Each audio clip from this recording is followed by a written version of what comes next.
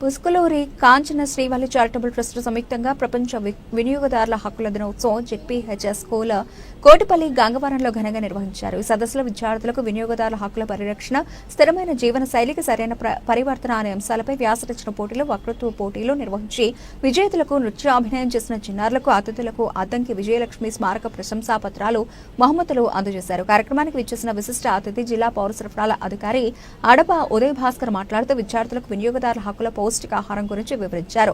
అద్దంకి అమరేశ్వరరావు చేస్తున్న కృషిని పాఠశాల సిబ్బందిని ప్రశంసించారు.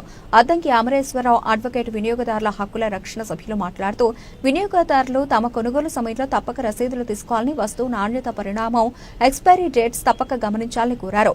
జెనరిక్ మెడిసిన్స్ గుర్తించాలని, తక్కువ ధరలో ఉంటాయని తెలియజేశారు. అనంతరం నాణ్యమైన, వేగవంతమైన ప్రముఖ వార్తా ఛానల్ జిల్లా వాణి వార్షిక క్యాలెండర్లను సభికులకు శ్రీ అమరేశ్వరరావు అందజేశారు.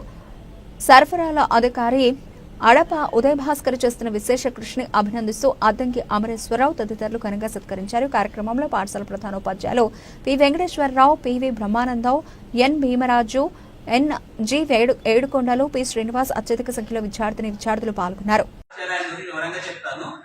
ఈ కార్యక్రమానికి ముందుగా మన పాఠశాల ప్రధానోపాధ్యాయుల వారిని